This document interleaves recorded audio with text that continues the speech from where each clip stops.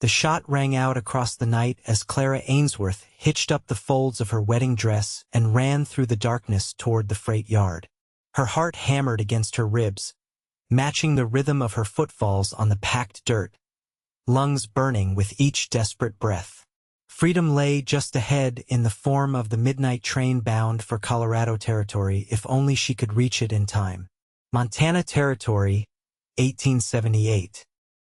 The world was changing, but some things remained stubbornly fixed, like her father's determination to marry her off to the wealthiest landowner in the county, regardless of the man's reputation for cruelty. The wedding was set for tomorrow morning. She would not be there. Clara had plotted her escape for weeks, sewing coins into the hem of her plainest dress, gathering supplies, and studying the railroad schedules. Tonight was her only chance. When her father and stepmother finally retired, she had slipped out her bedroom window with nothing but a small satchel and the clothes on her back. She hadn't counted on her stepbrother waking and raising the alarm with a warning shot. The freight yard loomed ahead, dark and forbidding. Clara slowed her pace, pressing herself against the shadow of a water tower. The night watchman was making his rounds, lantern swinging from his gnarled fingers as he shuffled between the cars. She held her breath until he disappeared around the far end of the train, then darted forward. The freight cars stretched before her like sleeping giants. She moved alongside them, searching for one with an unlocked door. On the third car, the door slid open with a low groan when she tested it. Clara glanced over her shoulder, then hoisted herself inside, satchel first. The interior was dark and smelled of livestock and hay. She pushed herself into a corner behind some crates, heart still thundering as she pulled her knees to her chest. She'd done it. The train would depart soon, carrying her away from a life she hadn't chosen to a future of her own making. As her eyes adjusted to the darkness, she noticed the car was lined with straw and feed sacks. Good enough for one night.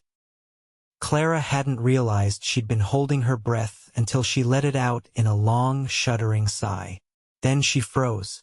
From outside, voices approached, urgent, angry, her stepbrothers among them. "She can't have gone far," he was saying. "Check every car if you have to." Clara pressed deeper into the shadows, willing herself to become invisible among the crates. Lantern lights swept across the door as the men moved from car to car. She could hear them sliding doors open, cursing as they found nothing. Then the light fell across her car's entrance. Clara closed her eyes, waiting for discovery, for rough hands to drag her back to a life of obligation and misery. The door slid open with a screech of metal on metal. She tucked herself tighter behind the crates. "Anything?" called a voice from outside. A long pause followed, during which Clara could hear nothing but the thunder of her own pulse in her ears. "Nothing here," said a deep, unfamiliar voice. "Just feed and straw." The door slid shut. Clara nearly collapsed with relief, pressing trembling hands to her mouth to stifle a sob. "You can come out now," said the deep voice from before. "They're moving down the line." Clara startled violently, peering into the darkness. A tall silhouette detached itself from the shadows on the other side of the car, a man she hadn't even noticed when she climbed in. "Who are you?" she demanded, voice barely above a whisper. The man struck a match, and for a brief moment its glow illuminated a strong-jawed face beneath a wide-brimmed hat. "Name's Quinn Chambers. Most folks call me Quinn." The match went out, and darkness enveloped them once more. "And you'd be the runaway bride they're looking for, I reckon." Clara tensed, ready to bolt, though she had nowhere to go. "Are you going to turn me in?" A low chuckle rumbled in the darkness. "If I was aiming to do that, I'd have done it when they came asking." The train whistle blew, long and mournful in the night. Clara felt the car lurch as the engine engaged. "Appears we're headed the same way," Quinn said. Mind telling me what you're running from that's got half the town out looking for you at midnight? Clara hesitated. This stranger had already kept her secret, but trust didn't come easily. A wedding, she finally said. My father arranged it. The man is. She swallowed hard. Not kind. Theodore Blackwell? Quinn asked. Clara gasped. How did you know? Known around these parts for his business sense and his temper. Not a man I'd wish on any woman. The train picked up speed, the rhythm of the wheels on the tracks growing steadier. Where you heading? Denver, Clara answered, relaxing slightly. I have a cousin there. She'll help me find work. Quinn was quiet for a moment. Denver's a long way. This train's making stops all through the territory. You got supplies? Money? Clara's hand went to her hidden pocket. Enough. He said, unconvinced. You got a plan for when Blackwell's men telegraph ahead? Man like that doesn't let go of what he considers his property. Clara hadn't considered that. Her stomach knotted with fear. I'll manage. Another match flared, and this time Quinn lit a small lantern, turning the flame low enough that it wouldn't show through the cracks in the car. In its soft glow, Clara could see him properly. He was younger than she'd first thought, maybe 25 or 26, with sun-bronzed skin and eyes the color of a summer storm. His clothes were worn but clean denim trousers, a cotton shirt open at the collar, and a leather vest. A gun belt hung low on his hips. You're a cowboy, she said. Was, Quinn corrected. Riding with the Harrison outfit until last week. Now I'm headed to Colorado to meet up with my brother. He's got prospects in the mining business. Clara studied him warily. Why did you help me? Quinn leaned back against a crate. Let's just say I've got no love for men who force women into arrangements against their will. My ma ran from such a situation years back. He tilted his head, appraising her. You got a name? Clara. Clara Ainsworth. Quinn nodded as if filing the information away. Well, Miss Ainsworth, I reckon we're traveling companions for now. The train picked up speed, rocking them gently as it carried them away from everything Clara had ever known. She should have been frightened, alone in a freight car with a stranger, but something in Quinn's steady gaze reassured her. Thank you, she said softly, for not giving me away. Quinn tipped his hat. Get some rest if you can, Miss Ainsworth. Tomorrow's likely to be a long day. Clara woke to morning light filtering through the slats of the freight car and the rhythmic clatter of wheels on track. For a disorienting moment, she couldn't remember where she was. Then it all came flooding back: her escape, the train, and the cowboy who had hidden her from her pursuers. Quinn was sitting by the door, one knee drawn up, watching the landscape roll by through a narrow gap. He turned at the sound of her movement. Morning, he said. Sleep well. Clara sat up, brushing straw from her hair. As well as can be expected, she said, suddenly self-conscious of her rumpled appearance and the fact that she'd spent the night unchaperoned with a man she'd just met. Her mother would have been scandalized. Her mother had been dead for 5 years. Quinn seemed to sense her discomfort. He reached into his saddlebag and pulled out a canteen and a bundle wrapped in cloth. Water and some jerky. Not much of a breakfast, but it'll keep you going. Clara accepted both gratefully. Where are we? Just passed through Livingston. Next stop's Bozeman, I reckon. Quinn glanced at her. That's where things might get tricky. If your folks telegraphed ahead, they'll be looking. Clara's hand trembled slightly as she passed back the canteen. What do we do? Quinn raised an eyebrow at her use of we, but didn't comment on it. I've been thinking on that. Train'll stop for water and coal. When it does, we slip out and find ourselves different transportation. But I need to get to Denver. And we will. Just might take a more roundabout route. Quinn moved to sit closer to her. Miss Ainsworth, those men last night weren't just your family. I recognized one as working for Blackwell. Man like that doesn't let go easy. Direct route's the first place they'll look. Clara felt cold despite the morning warmth. I didn't think it would be this complicated. Quinn's expression softened. Freedom rarely comes simple. But I give you my word. I'll see you safely to your cousin's door. Clara studied him. Why would you do that for a stranger? He was quiet for a long moment. Let's just say I know what it's like to need a fresh start.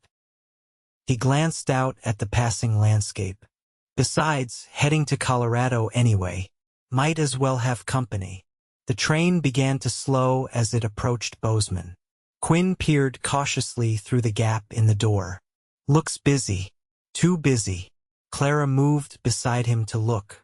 The platform was indeed crowded, and among the travelers and townspeople stood 3 men in dark suits who were definitely not there to greet family or conduct business. They scanned each passenger disembarking with predatory focus. Blackwell's men, she whispered. Quinn nodded grimly. We need to get off before the station. He gathered his things quickly. Train's slow enough now. We'll jump when I say. Clara's eyes widened. Jump? From a moving train. It's moving slow, and there's grass alongside the tracks. I'll go first, then help you down. He must have seen the fear in her face because he added, I won't let you fall. The train crawled toward the water tower just outside town. Quinn slid the door open wider, checked both directions, then swung himself out and dropped with practiced ease. He landed in a crouch, then straightened, arms outstretched. Now, Clara, toss your satchel first. Heart hammering, Clara threw her bag to him, then sat at the edge of the open door, legs dangling. The ground seemed to rush beneath her. I'll catch you, Quinn called up. Trust me. Clara closed her eyes, said a quick prayer, and pushed herself off the train. For a moment, she was falling, skirts billowing around her. Then strong arms caught her, absorbing the impact as Quinn staggered backward, keeping them both upright.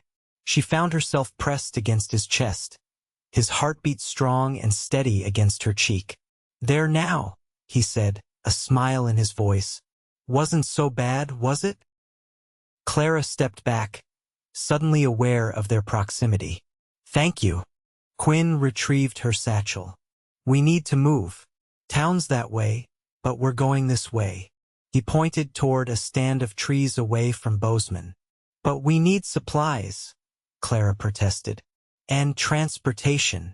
Got a friend who keeps a cabin about 3 miles from here. Old trapper named Josiah. He'll help us out. Quinn offered her his arm. Can you manage the walk in those shoes? Clara looked down at her impractical boots, already scuffed from her flight. I'll manage. They set off across the open country, keeping to the shelter of occasional trees and low hills to avoid being spotted from the train or town. Despite her determination, Clara found the going difficult. Her boots, designed for town streets rather than rough terrain, pinched her feet mercilessly, and her dress, though one of her plainest, was still too cumbersome for hiking. Quinn noticed her discomfort. We can rest a spell if you need. I'm fine, Clara insisted, but couldn't suppress a wince as she stepped on a sharp stone. Quinn stopped abruptly. This won't do. Here. Without warning, he swept her into his arms. Mr. Chambers, Clara exclaimed, scandalized. Put me down this instant. You can scold me all you like once we reach Josiah's, Quinn replied, continuing his stride without apparent effort. But I won't have you crippling yourself before we've properly started our journey. Clara wanted to protest further, but the relief of being off her blistered feet was too great. Instead, she allowed herself to be carried, trying to ignore how secure she felt in this near stranger's arms. After what seemed like hours but was likely no more than one, a small cabin appeared nestled among a stand of pines. Smoke curled from its chimney. "Josiah's home," Quinn said with satisfaction, finally setting Clara on her feet as they approached. The cabin door opened before they reached it, and an elderly man with a long white beard emerged, rifle in hand. Upon seeing Quinn, his weathered face split into a grin. "Well, if it ain't young Chambers," he called out. "Thought you was headed to Colorado." "Still am, Josiah. Had a change in plans."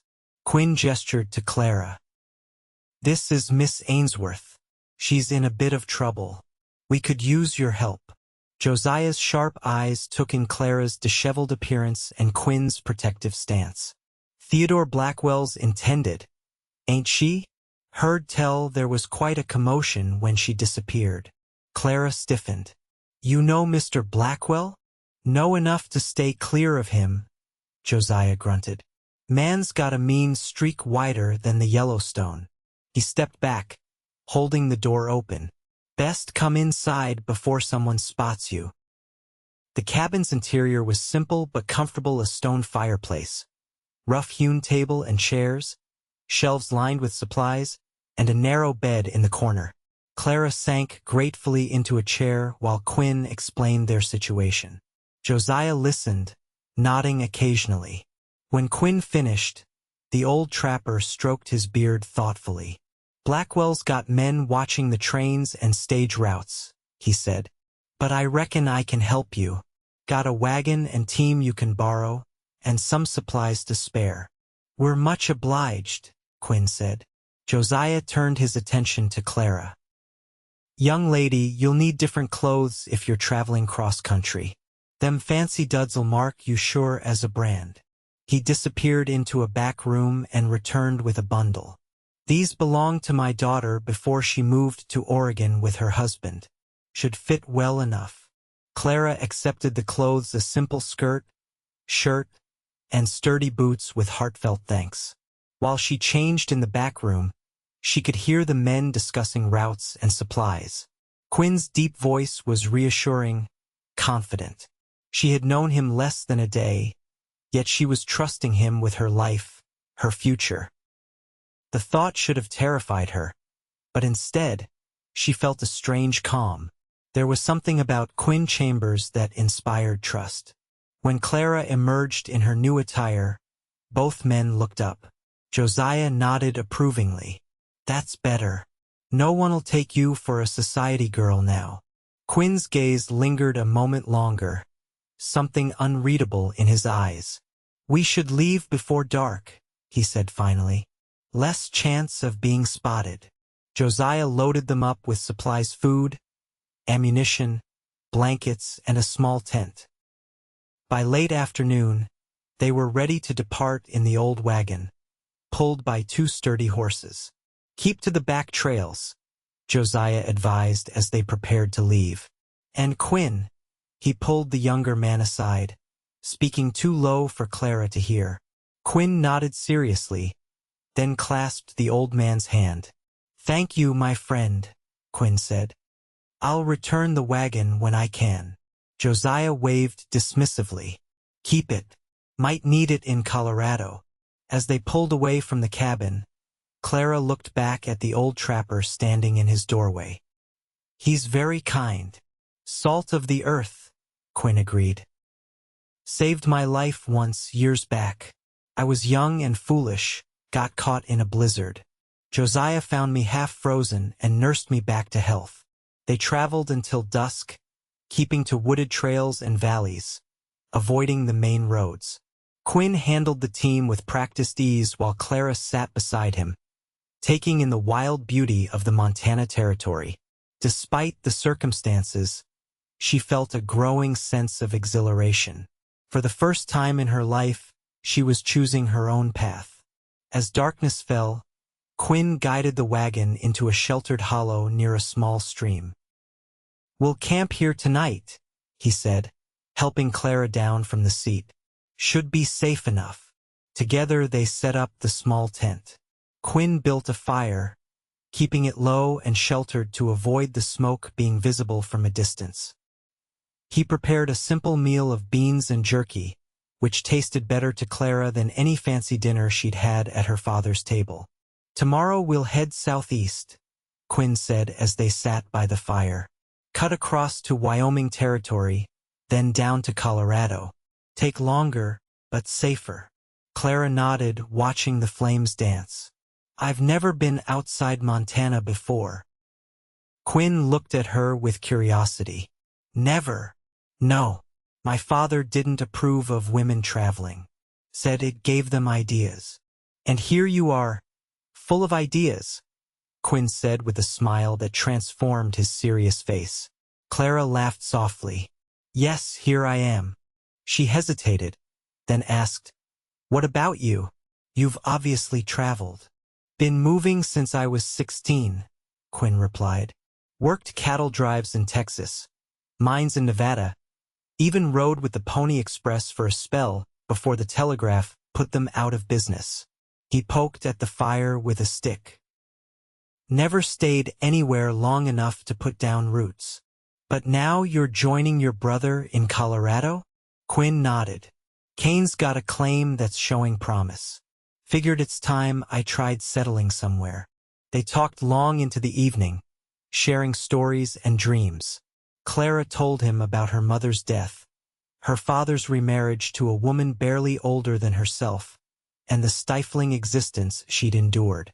Quinn spoke of his own parents, his father, a drifter who'd abandoned them, and his mother who'd worked herself to death trying to provide for her sons. "She wanted us to have education, stability," Quinn said. "Things she never had. Kane managed it, got himself some schooling, learned about geology and such. Me, I was always more comfortable under open sky." As the fire died down, Quinn insisted Clara take the tent while he slept outside. "I'll keep watch," he said. "Get some rest." Exhausted, Clara didn't argue. Inside the small tent, wrapped in borrowed blankets, she fell asleep to the sound of Quinn quietly humming a cowboy tune. She dreamed of riding across endless plains, free as the wind, with a storm-eyed cowboy by her side. The next 3 days established a rhythm to their journey. They rose at dawn, traveled until midday, rested during the hottest hours, then continued until dusk. Quinn taught Clara to drive the wagon, smiling at her delight when she mastered holding the reins. They avoided towns and main roads, stopping occasionally at isolated homesteads where Quinn knew the inhabitants and could trust their discretion. On the 4th day, they crossed into Wyoming territory. The landscape changed, growing more rugged, the forests giving way to vast stretches of sagebrush and rocky outcroppings. "Beautiful in its own way, isn't it?" Quinn said, noticing Clara's gaze sweeping across the horizon. "It is," she agreed. "So different from what I'm used to. But there's something honest about it." Quinn looked at her with newfound respect. "Most city folk just see emptiness." "I see possibility," Clara said softly. That evening as they made camp, Quinn seemed unusually quiet. After they'd eaten, he finally spoke. "We need to talk about what happens when we reach Denver." Clara looked up from the fire. "What do you mean?" Quinn leaned forward, elbows on his knees. "Blackwell's not the type to give up easy. Even when we get you to your cousins, you might not be safe." Clara had been trying not to think about this. "I know," she admitted. "But what choice do I have?" "You could." Quinn hesitated, then continued with careful neutrality. "You could consider marriage." Clara stiffened. "I just escaped one unwanted marriage, Mr. Chambers. I'm not looking to enter another." "Not to me," Quinn clarified quickly. "I meant in general. A married woman has certain legal protections. Blackwell would have no claim on you." "Oh." Clara felt a strange mixture of relief and unexpectedly disappointment. "I suppose that's true, but I'd rather try independence first." Quinn nodded, his expression unreadable in the firelight. "Fair enough." The moment passed, but something had shifted between them.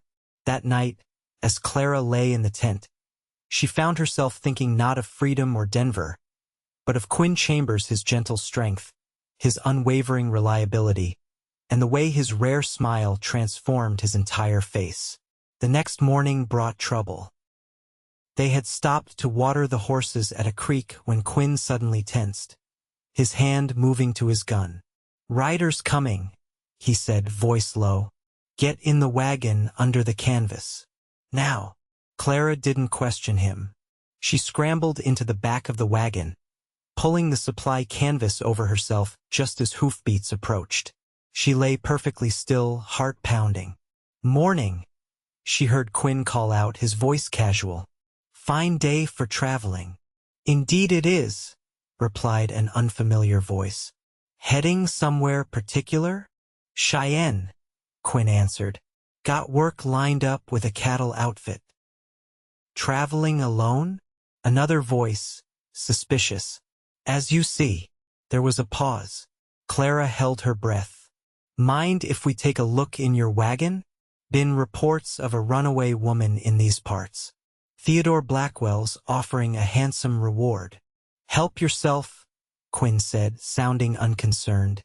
"Though I'd appreciate if you don't disturb my supplies too much. Got them packed just so." Heavy footsteps approached the wagon. Clara squeezed her eyes shut, praying. The canvas lifted slightly, then dropped. "Nothing but supplies," reported the second man. "Sorry to trouble you, mister." "No trouble," Quinn replied. "This Blackwell fella must want his woman back something fierce." "You have no idea," said the first man. "She was supposed to be his bride. Ran off the night before the wedding." Man's beside himself, half grief, half fury. "Women," Quinn said with a false note of sympathy that Clara might have slapped him for under different circumstances. "Can't live with em, can't shoot em."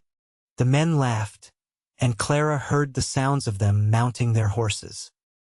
"If you do see a young woman, pretty with dark hair, traveling alone, Blackwell's reward is $500. Just send word to any telegraph office." "I'll keep my eyes open," Quinn promised. The riders departed.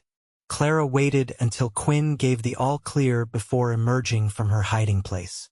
"That was close," she gasped. Quinn's face was grim. "Too close. They're spreading the word wide. $500 is enough to tempt a lot of folks." Clara's hands trembled slightly. "He won't give up, will he?" "Not likely." Quinn helped her down from the wagon. "But neither will we." They traveled with even greater caution after that, keeping off even the smaller trails when possible. Quinn insisted Clara practice with his spare revolver, teaching her the basics of shooting. "I hope you never need to use it," he said as he corrected her grip. "But if you do, I want you to be ready." Clara was a quick study, and by their 6th day on the trail, she could hit a can at 15 paces more often than not. "Not bad, Miss Ainsworth," Quinn said, looking impressed. "You're a natural." Clara smiled, feeling a surge of pride. "Perhaps I should become a famous gunslinger." "Clara the quick draw." Quinn laughed, the sound warming her more than the midday sun. "I can see the wanted posters now." That evening, as they crossed into Colorado territory, Quinn surprised her by pulling a small flask from his saddlebag. "Seems like cause for celebration," he said, offering it to her. "One territory closer to Denver." Clara hesitated, then accepted the flask. The whiskey burned her throat, but the warmth that followed was pleasant. She handed it back, her fingers brushing his. "How much further?" she asked. "For days, maybe 5, Quinn replied, taking a small sip before tucking the flask away. "Depends on the weather and whether we need to keep dodging Blackwell's men." Clara nodded, suddenly pensive. "And then," Quinn looked at her, "and then you'll be safe with your cousin, starting your new life. And you'll join your brother at his mine. That's the plan." They fell silent, the unspoken hanging between them. After nearly a week of constant companionship, sharing meals, stories, dangers, and the small triumphs of the trail, the thought of parting ways felt unexpectedly painful. "Quinn," Clara said softly, using his first name for the first time. "I can never repay what you've done for me." He shook his head. "Nothing to repay. I was headed this way anyhow. We both know you could have reached Denver days ago if you weren't looking after me." Quinn didn't deny it. Instead, he reached out and, with gentle hesitance, tucked a strand of hair behind her ear. "Some journeys are worth taking the long way." Clara's breath caught at his touch. For a moment, she thought he might kiss her. Instead, he stood and began banking the fire for the night. "Get some rest," he said. "Still a long way to go." The next day brought a change in the weather. Dark clouds gathered on the horizon, and by midday, fat raindrops began to fall. Quinn frowned at the sky. "Storm's coming. Big one from the looks of it. We need to find shelter." They pushed on through increasingly heavy rain, the wagon wheels struggling in the muddy ground. Clara huddled beneath an oilskin, soaked despite their precautions. Just when it seemed they would have to stop and weather the storm in the open, Quinn spotted a structure in the distance. "Looks like an abandoned ranch," he called over the wind. "Might not be much, but it's better than nothing." The building turned out to be a dilapidated barn, its main doors hanging askew. Quinn managed to secure the horses and wagon inside just as the storm hit with full force, rain lashing down in sheets while thunder boomed overhead. "Not exactly the Palmer House Hotel," Quinn said, shaking water from his hat. "But it'll keep us dry." Clara wrung water from her skirt, shivering. The temperature had dropped with the storm, and her wet clothes clung uncomfortably. Quinn noticed her trembling. "Need to get you warm before you catch your death." He rummaged in their supplies, pulling out dry blankets and their small tent canvas. "I'll rig up a sort of screen so you can change into something dry." He fashioned a makeshift privacy screen using the canvas and some rope strung between posts. Clara changed gratefully into her spare clothes, though these too were somewhat damp. When she emerged, Quinn had managed to start a small fire using dry straw and wood scavenged from the barn's interior. "It's not much, but it should help," he said, motioning her closer to the flames. Clara sat beside him on a blanket, still shivering. Without a word, Quinn put his arm around her shoulders, pulling her against his side. She stiffened momentarily, then relaxed into his warmth. "For survival only, of course," he said, a smile in his voice.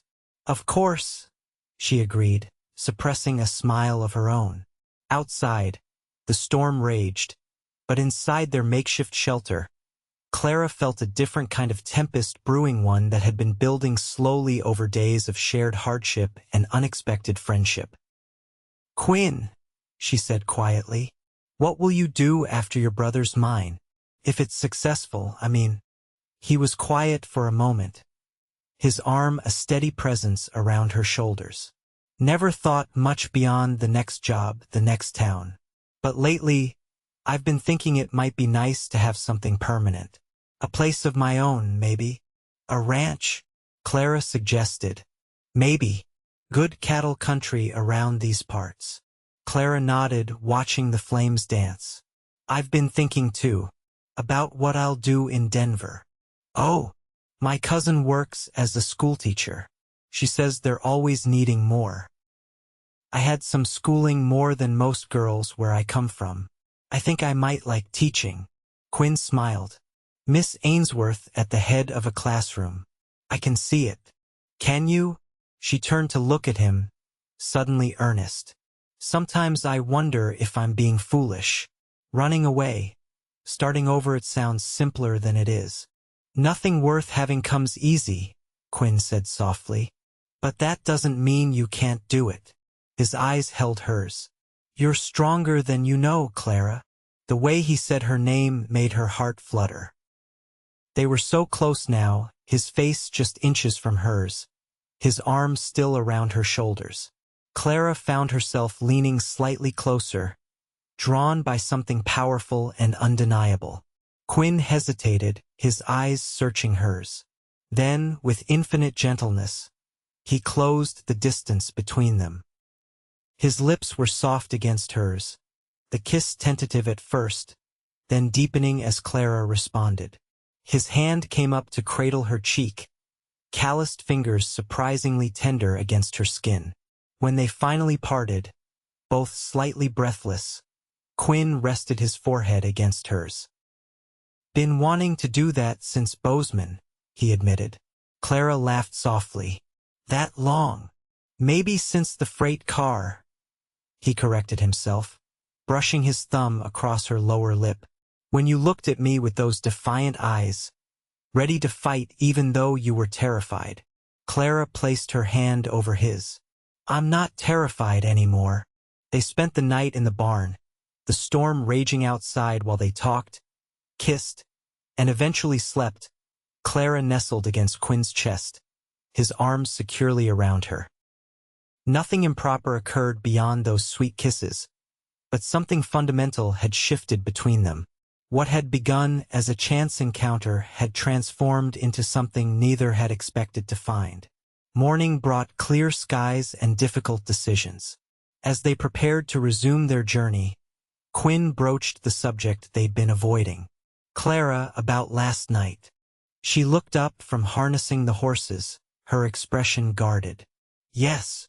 Quinn removed his hat, turning it in his hands. "I need to say something, and I want you to listen without interrupting." Clara nodded, heart pounding. "When I found you in that freight car, I was just aiming to help someone in trouble. I didn't expect." He paused, struggling for words. "I've spent most of my life alone by choice, moving when I pleased, answering to no one. Never found a reason compelling enough to change that. Until now." He stepped closer, taking her hands in his. "I know you're running toward independence, and I respect that. But I'm wondering if, maybe, we might consider finding our way forward together." Clara stared at him, speechless. "I'm not asking for promises," Quinn continued quickly. "Just a chance. When we reach Denver, let me call on you proper. Give us time to know each other without danger nipping at our heels." Clara felt tears prick her eyes. "Quinn Chambers, are you courting me?" A slow smile spread across his face. "I believe I am, Miss Ainsworth. Though I'll understand if you'd rather pursue your teaching ambitions unencumbered by a rough cowboy." Instead of answering, Clara reached up and pulled him down for a kiss that left no doubt as to her feelings. When they separated, Quinn looked slightly dazed. "I'll take that as encouragement to continue calling," he said, his voice husky.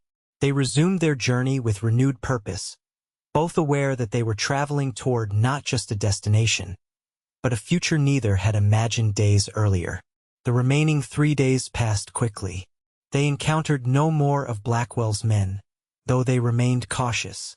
Quinn taught Clara more about surviving in the wilderness, how to track game, which plants were edible, how to navigate by the stars. In turn, she shared her knowledge of literature and history, reciting poetry that her mother had taught her and telling stories that made the evenings pass pleasantly. As they drew closer to Denver, Clara noticed Quinn growing increasingly thoughtful. On their last night on the trail, as they sat beside their campfire gazing at the stars, she finally asked what was troubling him. "Just thinking about tomorrow," he admitted. "Denver's a big place. Your cousin's family, proper folks, I imagine. A schoolteacher and all. They're good people," Clara said. "Kind. They'll welcome you." Quinn prodded the fire with a stick. "Thing is, Clara, I want to do right by you. Back in Montana, Blackwell would have given you a fine house, servants, nice things." Clara laid her hand on his arm. "And a life of fear and subjugation. I don't want fine things, Quinn. I want a life with meaning, with choices. Even if those choices lead to hardship?" Even then, she said firmly. Besides, I've discovered I'm quite resourceful, and I have excellent taste in traveling companions. That made him smile. That you do. Clara moved closer, leaning against his shoulder. Quinn, I've been thinking. My cousin's husband works for the land office. If your brother's mine is promising, perhaps there might be parcels available nearby. For ranching. Quinn looked down at her, understanding dawning in his eyes. You've been making plans. Just considering possibilities, she said innocently. A schoolteacher might appreciate living near good grazing land. For the educational opportunities, of course. Quinn laughed, pulling her into his arms. Of course. He kissed her softly. Clara Ainsworth, you are full of surprises. They reached Denver the following afternoon. The city sprawled before them, larger and busier than Clara had imagined, with brick buildings, bustling streets, and the constant hum of commerce. Quinn guided the wagon through the outskirts toward the address Clara had memorized. Her cousin's home was a modest but well-kept two-story house on the eastern edge of town. As they pulled up outside, Clara felt a flutter of nerves. What if Margaret wasn't home? What if she'd moved? What if she wasn't as welcoming as Clara hoped? Quinn seemed to sense her anxiety. He reached over and squeezed her hand. It'll be all right. Before they could even descend from the wagon, the front door flew open. A woman a few years older than Clara rushed out, her face a picture of delighted shock. Clara? Clara Ainsworth? Is that really you? Margaret! Clara cried, scrambling down from the wagon into her cousin's embrace. The women hugged fiercely, Margaret pulling back to examine her younger cousin. Look at you.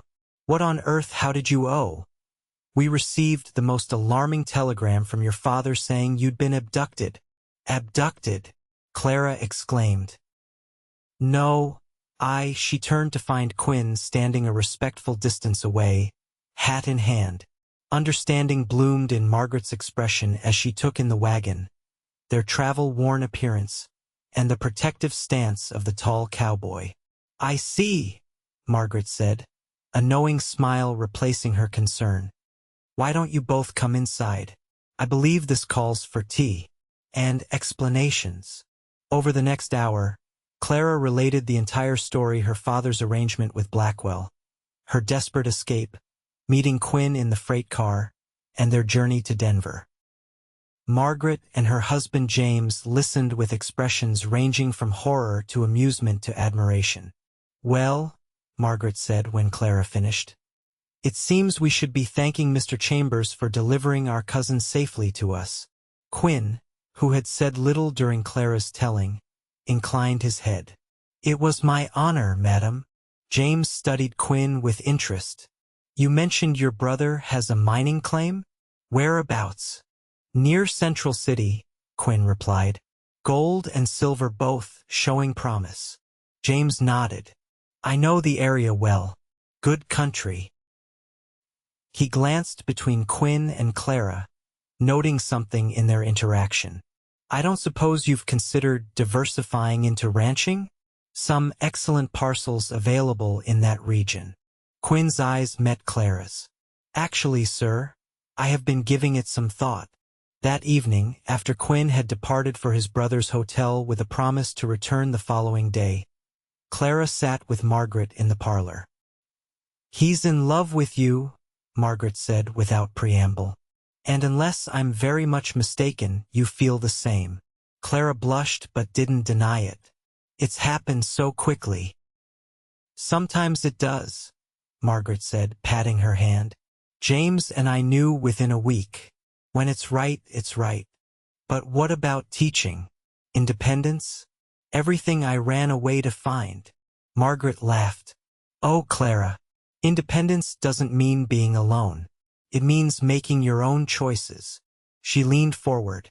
Tell me honestly, is Quinn Chambers a man who would cage you, control you as Blackwell would have? Clara shook her head immediately. Never. He's encouraged me at every turn. Then perhaps your independence and your heart aren't as opposed as you imagine. Clara pondered this as she prepared for bed in Margaret's guest room, a proper bed. The first she'd slept in since fleeing Montana. Her cousin's words made sense. Quinn had never once suggested she abandon her ambitions. In fact, he seemed to delight in her determination. True to his word, Quinn returned the next day, freshly shaved and wearing a new shirt. He brought news that his brother's claim was indeed prospering, and that Kane was eager to meet the woman Quinn hadn't stopped talking about. Over the next weeks, a pattern emerged. Quinn would call on Clara several times a week. Sometimes they would walk through Denver's parks, other times attend lectures or concerts. Clara began assisting at the local school, discovering she did indeed have a talent for teaching. Quinn, meanwhile, split his time between his brother's mining operation and investigating ranching possibilities. A month after their arrival in Denver, Quinn invited Clara to ride with him to a property he was considering. They traveled a few hours into the foothills, finally cresting a ridge that overlooked a verdant valley. "This is it," Quinn said, reining his horse to a stop. "What do you think?" Clara gazed out over the landscape, rolling grasslands bordered by pine forests, a clear stream cutting through the center, and the distant peaks of the Rockies providing a majestic backdrop. "It's beautiful," she breathed. Quinn dismounted, helping her down from her horse. He led her to a flat rock overlooking the valley, where he'd arranged a simple picnic. As they ate, Quinn described his plans for the ranch, the house he would build, the cattle he would raise, the life he envisioned. Clara listened, adding her own suggestions, feeling the future taking shape between them. Finally, Quinn set aside his plate and took her hands in his.